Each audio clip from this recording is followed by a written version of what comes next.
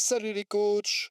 43e épisode des aventures de la Nester. Donc voilà, nous nous retrouvons en ce 13 septembre 2027 pour fêter la victoire de la Nester en Coupe de France. Rassurez-vous, c'est pas la finale, c'est le troisième tour de la Coupe de France seulement, mais belle victoire 5-1, sans aucun problème, clairement. On avait pourtant fait tourner un petit peu, donc Renault, Jeuneste, un petit jeune de 16 ans, quelques cadors derrière quand même pour tenir la boutique, hein, Masson, Véronneau, Buisson, Gini aussi. Donc voilà, 5-1, sans problème. On marque dès la 5e minute, puis on enchaîne à la 6e minute. On peut se dire que là, le match est déjà à moitié plié, puisque on jouait contre une équipe régionale 3, Nouvelle-Aquitaine. Vous vous rappelez qu'on s'est quitté sur l'épisode 42 alors que l'on avait pris la tête de notre groupe de Régional 1. Grosse surprise, je pense pas que ça va durer très très longtemps. On n'est pas encore capable de monter directement en National 3. Je vous rappelle que c'est quand même pas très facile.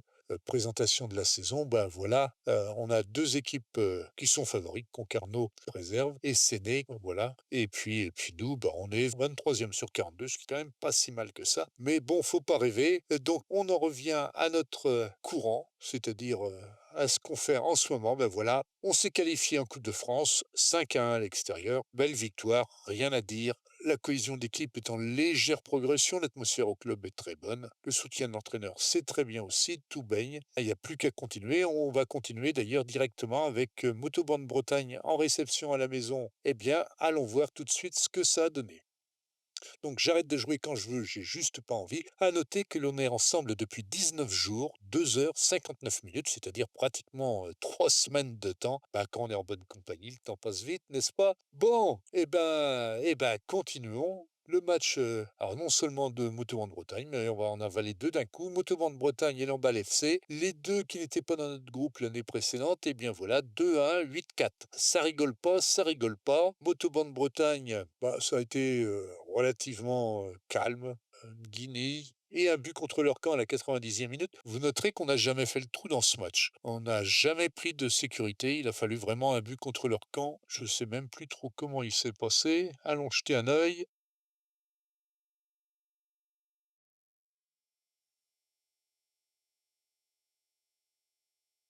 Ah oui, détourné par le défenseur central, le gardien est pris à contre-pied. Bon, on n'a jamais été vraiment mis en danger. Le match suivant, c'était Lamballe à l'extérieur. 8-4 après un 8-0 à Saint-Bugan. Je pense qu'on a pris la tête au classement des buteurs dans le championnat de Régional 1 groupe B. Open bar, comme on dit, pas de souci. Alors des notes très élevées, sauf en défense. Bah, en défense, on n'a pas eu grand-chose à faire et on a quand même pris 4 buts. Bon, 2-11 de XG, d'accord, mais on prend quand même 4 buts. Une grande partie ont été des buts qui auraient pu être largement et facilement évités. On ouvre encore des largesses aux attaquants adverses. Ricard commence à prendre un petit peu de l'ampleur. On est toujours dans notre position semi-défensive, là, avec deux milieux légèrement en retrait. Non pas un milieu offensif et un milieu défensif. Non, non, les deux sont sur la même ligne. Véronneau est en meneur de jeu avancé et l'autre, Ricard, est en milieu défensif récupérateur, quelquefois Mezzala, ou même box-to-box. Là, franchement, il n'y a pas de quoi se vanter.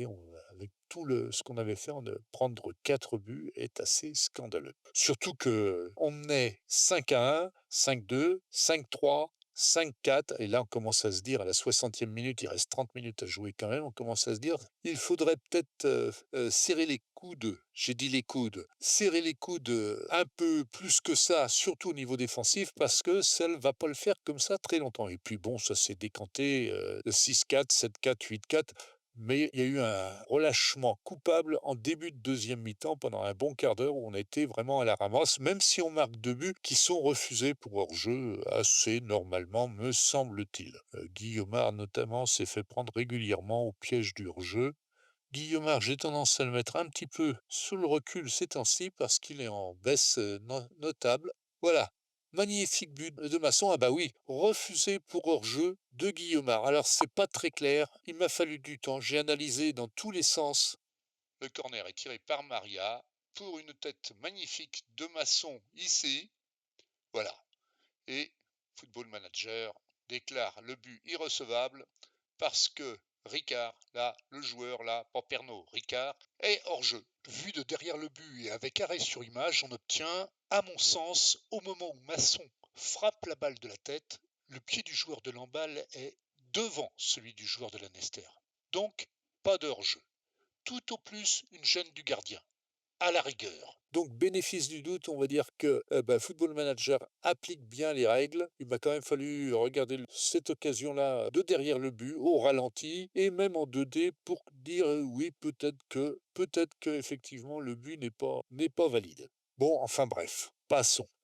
Dynamique de groupe, ben, ça pourrait être mieux. Je sais pas pourquoi. Il y a des hauts, des bas dans cette. Je n'arrive pas bien à comprendre ce qu'il se passe au niveau de la cohésion d'équipe. Tout devrait être mieux parce que quand on regarde ici, ben voilà, on en est quand même à aligner depuis le début de la saison ben, une victoire 4-2, une autre victoire 8-0, une victoire 5-2, une qualification en Coupe de France 5-1, une victoire 2-1 contre Motoban, Bretagne, une victoire 8-4 contre Lamballe. Tout devrait sourire. Ben non, tout ne sourit pas et on ne sait pas trop pourquoi. Bon, par contre, ben là, pour le moment, ben, là, ça rigole. 5 matchs, 5 victoires, 27 buts marqués, 9 buts encaissés. En 5 matchs, 9 buts encaissés. Si on veut prétendre à la montée, il va falloir défendre un peu mieux que ça. Mais Namur n'en a encaissé que 2 en 5 matchs. Bon, ils sont loin derrière pour le moment au classement, mais eux, ils ne prennent pas de but, quoi. Donc pour le moment, ben, ça rigole, mais bon, ben, on peut pas faire mieux. De toute façon, on a 5 matchs, 5 victoires. Ben, la suite, ça va être un match de Coupe de France à jouer à domicile cette fois-ci. C'est pas tous les jours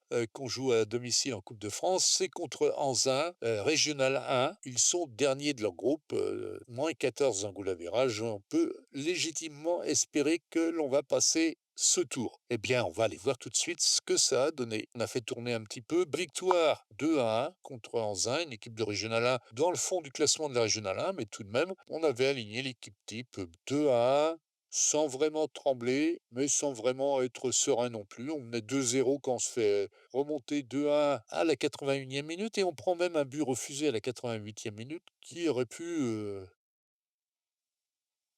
Bon, là, moi, ça fait un moment qu'on n'a pas tiré de pénalty. On peut se demander si les règles n'ont pas changé parce que là, semble un peu long. Bon, ben voilà, oui, il est lancé, hop, bah oui, il y va direct. Heureusement, au départ, il est hors jeu, mais il l'était pas, c'était pareil. Et je ne sais pas ce qui se serait passé si on s'était fait remonter 2-2. Bon, en tout cas, on est qualifié pour le prochain tour de la Coupe de France. Bah, dans la foulée, on reçoit Redon. Alors Redon, que c'est pas vraiment nos amis, jusqu'ici, bah, c'est notre bête noire. Ils nous ont sorti en demi-finale de Coupe de Région Bretagne il y a 2 ans 1-0. Ils nous battent chez nous 4-0 l'année dernière. Et ils nous passent 3-2 chez eux. Bah là, voilà, ça s'est amélioré, vous allez me dire. Au lieu de prendre 4-0, ce coup-ci, on n'a pris que 2-0. Mais ben voilà, c'est pas encore une équipe qu'on va battre facilement cette année. En même temps, si on regarde Redon, bah, c'est tous des joueurs réputation nationale. Mais là, on n'a pas été brillant, vous voyez. À domicile, 2 tirs cadrés, 0,24 de XG. Et eux, pendant ce temps-là, donc si on regarde les buts, bah, on n'a pas été bon, mais vraiment pas bon. On prend 2 buts vraiment stupides. Voilà, alors là, mauvais marquage de Masson. Masson, ah oui, très très beau but. Une belle petite pichenette pour lober le gardien. Fin de mi-temps, bah, c'était. Et puis le deuxième but en à 80e minute, bah, là, alors là, il n'y a personne à marquer. Voilà. Il n'y a personne pour marquer Réfas qui nous plante son deuxième but de mémoire. C'est lui qui a marqué les deux. Bon, à noter, un petit nouveau dans l'équipe, Forveille, qu'on vient d'engager. Un peu surpris qu'il veuille bien signer chez nous. Si on regarde, ben voilà, il vient de National 3. Il jouait à La Roche en National 3, 24 matchs, une saison pleine l'année précédente, donc c'est un bon joueur. En principe, c'est un joueur qui a l'expérience et qui devrait nous permettre ben, de progresser un petit peu. Si on regarde sa fiche, Forveille, ben, il n'est que réputation régionale, si bien qu'on n'a toujours que Masson qui a une réputation nationale. Et il faut bien le dire que pour le moment, Masson, c'est un peu la déception. Normalement, c'était un joueur sur lequel on comptait beaucoup, beaucoup, beaucoup. Bon, il a des notes correctes. 7 de moyenne, c'est quand même pas si mal en 6 matchs. Sur 8 matchs au total, 7-16 de moyenne, il n'y a rien à dire, mais c'est pas le patron de la défense que l'on espérait. Il a 28 ans, il devrait être plus le patron que ça et ben, il n'impose pas sa présence comme on pouvait l'espérer. Dommage, mais il y a encore le temps. On est toujours en tête de Régional 1. On est rejoint par Pontivy qui nous colle aux fesses avec donc le même nombre de points. 5 victoires, une défaite. Et puis derrière, bah, c'est quand même très très serré. On sait que tout va se jouer dans ce groupe-là. Parce qu'après, derrière le reste, ça commence déjà à lâcher sérieusement prise. Ménémur, Séné, Ginglin, Redon, Pontivy, ben voilà, ça va être nos adversaires directs cette saison. Il va falloir s'y faire, il va falloir s'y préparer. Alors la mauvaise nouvelle, c'est que d'ores et déjà, on est lâché, il n'y a que 2 places pour monter. Landerneau avec 16 points est devant et Fougères aussi. De toute façon, je me faisais pas d'illusions, cette saison est encore une saison de transition, c'est un peu compliqué pour nous. Il faut que nos petits jeunes s'affirment et ça va pas être simple. En attendant, Coupe de France à l'extérieur contre Plédran, c'est une équipe de Régional 3 en Bretagne. On va aller voir ce que ça donne. Et puis dans la foulée, on recevra Plumeur 56 et qui en Régional 1 Bretagne et voilà. Un nul, 5 défaites. Bon, là, ça devrait être à notre portée. Il nous faut rester dans le groupe de tête, en sachant que pour le moment, à part Redon, on n'a pas rencontré les équipes du haut du classement.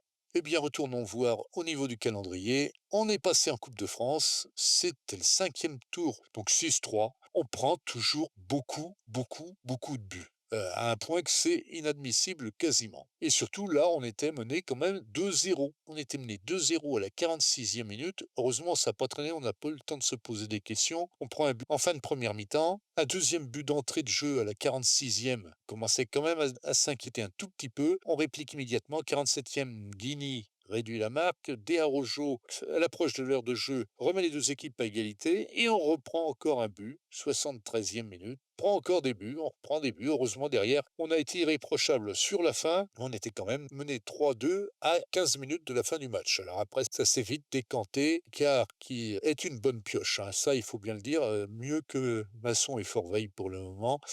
Même s'il n'a qu'une réputation régionale, il vient de marquer son premier but, en l'occurrence ici, et son deuxième but dans la foulée. Donc, voilà, on est passé. Et puis la semaine suivante, on allait à Plumeur, qui est avant-dernier du championnat. On a gagné limite contre l'avant-dernier du championnat. Vous trouvez ça normal? Moi pas. On prend encore 4 buts. Et encore, Gilles rate un penalty à la 6e minute. Je crois que c'est un arrêt de Romain. Voilà.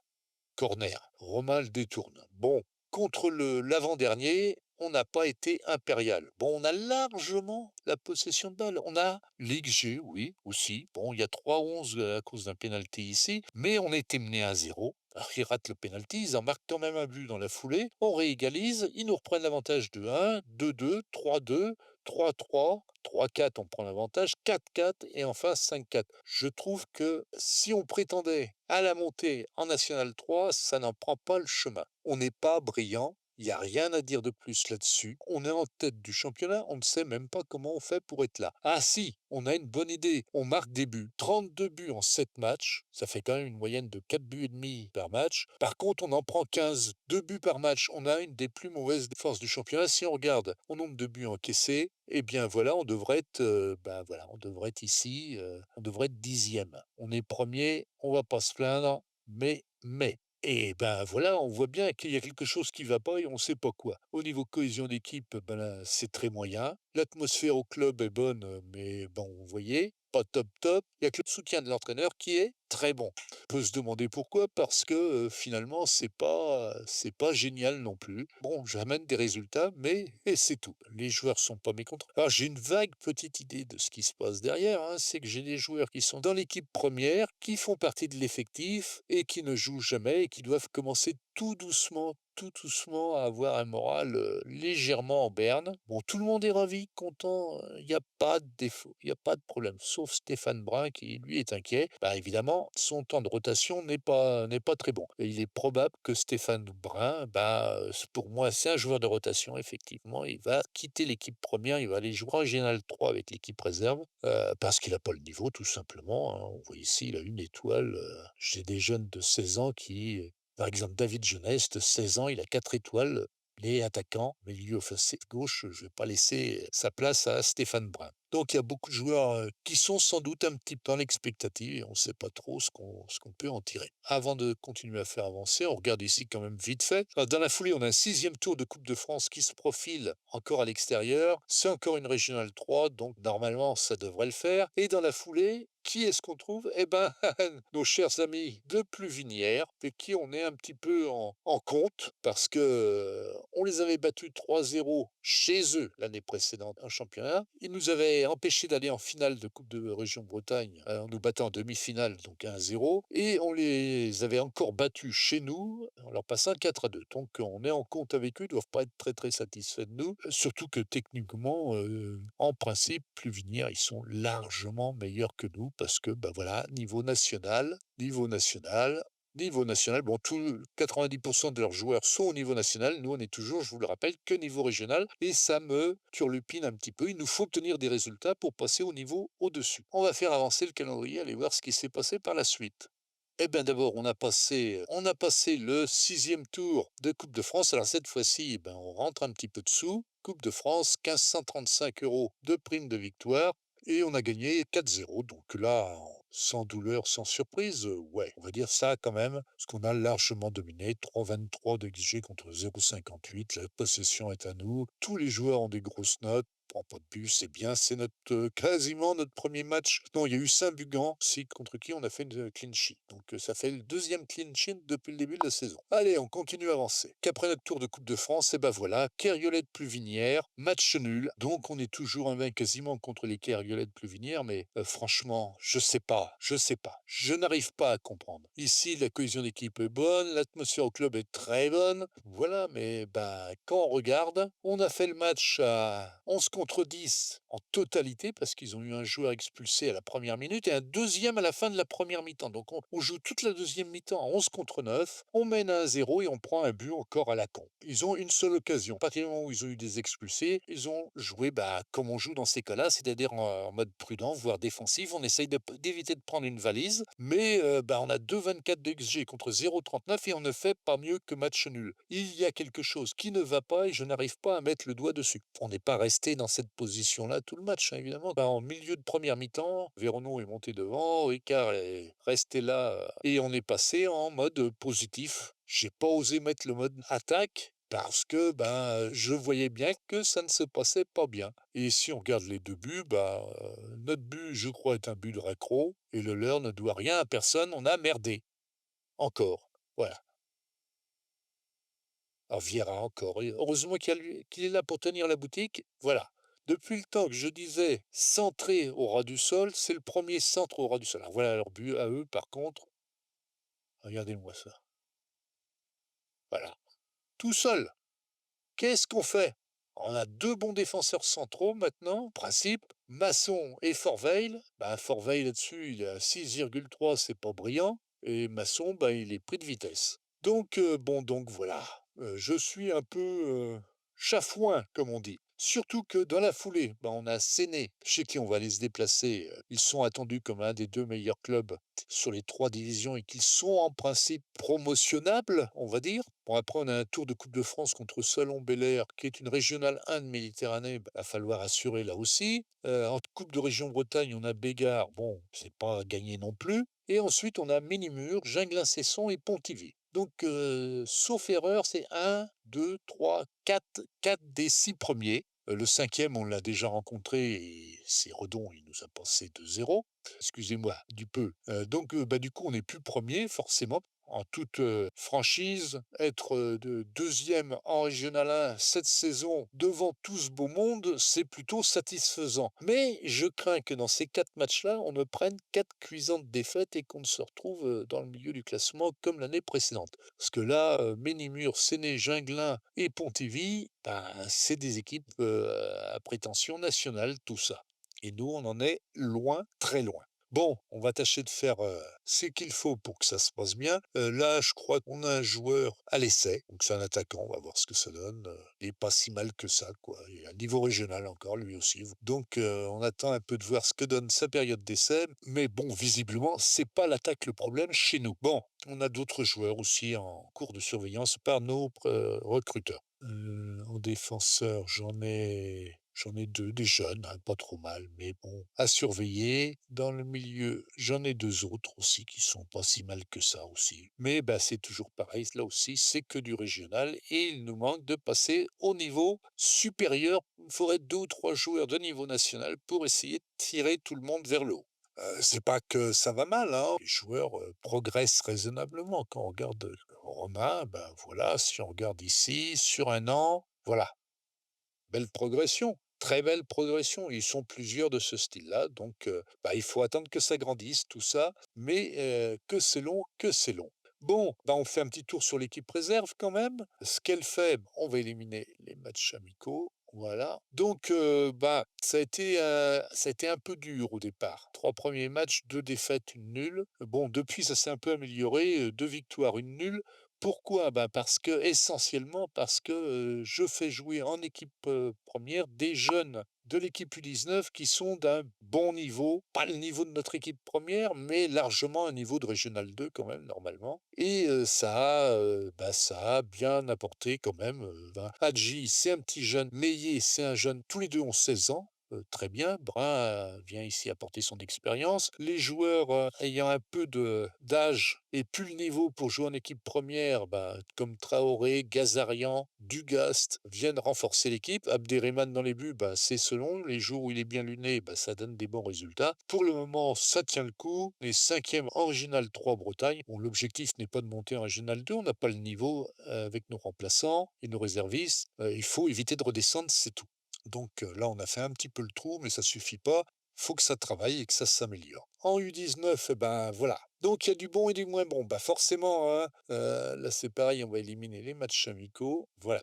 Là, on est sur une plutôt mauvaise série. Mais c'est normal encore une fois, puisque là, bah, vous voyez contre qui on joue. Hein, on a pris une tôle contre Rennes, on a battu Pau, on a battu Le Mans, belle surprise déjà. On a été battu par Brest. Bon, c'est à chaque fois, c'est des tournées hein, quand même. On a battu Concarneau, on a été battu par Niort, on a battu le Poiret-sur-Vie. Là, on vient de successivement se faire ramasser par Lorient, Nantes et Angers. Va falloir que ça se calme un petit peu quand même là, parce que là, on est 9e. Bon, on est encore au-dessus du niveau de flottaison, mais tout juste. Donc il va falloir recommencer à gagner des matchs. Donc ben, les joueurs qui ont du talent vont rester en U19, ils vont plus aller jouer avec l'équipe réserve. Et puis ben voilà, pour le moment, on fait ce qu'on peut avec ce qu'on a. Bon, eh bien écoutez, je crois qu'on va s'en arrêter là pour ce 43e épisode. Il a déjà, je crois, largement duré. Pas grand-chose de plus à en dire. Ah si, je ne sais pas si c'est le bon moment pour en parler. Je vous avais dit que ce qui m'énervait prodigieusement dans la saison précédente, c'est que je préparais une équipe pour l'équipe de réserve et où je préparais une équipe pour les jeunes. Et puis pour autant, bah, c'est pas eux qui jouaient, c'est les entraîneurs de ces équipes passaient par-dessus mes consignes ou mes conseils. J'ai regratté un petit peu et effectivement, si on vient voir ici dans responsabilité staff, donc choisir l'équipe pour l'équipe première, bah, c'est bien moi, je pourrais déléguer, mais pas question, bien entendu. Choisir et diriger l'équipe réserve et l'équipe U19, eh bien, c'est le rôle de l'entraîneur de l'équipe réserve ou de l'équipe U19 et on ne peut pas prendre la main là-dessus. C'est-à-dire qu'on ne peut pas choisir pour eux l'équipe. Et ces animaux-là, ces entraîneurs-là, eh bien, il faut qu'ils fassent tourner. C'est dans leur gène, dans leur programmation. Ils font tourner, ils mettent n'importe quel brel et on perd des matchs à la con, on perd des matchs bêtement, parce que ben, ils font jouer des joueurs qui n'ont pas le niveau. Et vous savez que j'ai un principe de base qui est de dire, eh ben, les petits jeunes, je les encadre avec des vieux joueurs de l'équipe qui ont dans les 25, 28, 30 ans pour les encadrer et pour les améliorer. Donc, il faut que je les garde dans l'équipe. Je ne peux pas les virer, même s'ils sont pas bons, mais ils ont des bons attributs de caractère et ça permet aux petits jeunes de progresser de ce côté-là. Mais ben voilà, par contre, je voudrais pas qu'ils jouent en match. Alors, seule solution que j'ai trouvée, eh bien, c'est de venir ici régulièrement. Alors, avant chaque match, ça va venir ici dire dispo pour jouer avec l'équipe réserve, eh ben, indisponible ici. Voilà, il me faut venir mettre, indisponible. Alors, il me semble qu'il fut un temps qu'on mettait indisponible pour jouer en équipe réserve, c'était tous les matchs à venir, il était indisponible, il n'était pas sélectionné, il ne jouait pas. Maintenant, ça ne suffit plus, il faut aussi mettre, indisponible pour le prochain match et il faut le refaire à chaque match. Mais ça marche plutôt pas mal parce que, ben, voilà, si je regarde dans l'équipe réserve, le dernier match, ben voilà, tous ces joueurs que je ne voulais plus voir et qui m'enquiquinaient, qui ont 28, 30, 32 ans, 33 ans et qui ne sont là que pour faire de l'encadrement, ils n'apparaissent plus. On voit bien apparaître les petits jeunes. Il y a plus de on fait tourner. Voilà. Bon, écoutez, les coachs, je pense que j'ai largement occupé les 25-30 minutes que je m'accorde pour ces épisodes de mon système. J'espère que ça vous a plu. Si ça vous a plu, vous savez bien la chanson. Un pouce en l'air, ça me fait plaisir. Et puis, si vous n'êtes pas encore abonné à la chaîne, qu'est-ce que vous attendez? On n'attend plus que vous. Et puis, si le cœur vous en dit, venez donc nous rejoindre sur notre page Facebook. Le groupe FM Plaisir n'attend que vous. Il y a juste une petite formalité à remplir pour entrer dans le groupe. Il suffit de répondre au questionnaire et vous serez admis d'office et vous verrez que tout le monde sera charmant avec vous. Et si vous avez besoin d'aide ou si vous avez des choses à nous raconter, on sera là pour tendre l'oreille. Allez, on se retrouve d'ici une petite huitaine de jours pour l'épisode 44. Je vous souhaite à tous, comme d'habitude, de bons jeux, de bonnes parties, du bon plaisir avec Football Manager. Salut les coachs!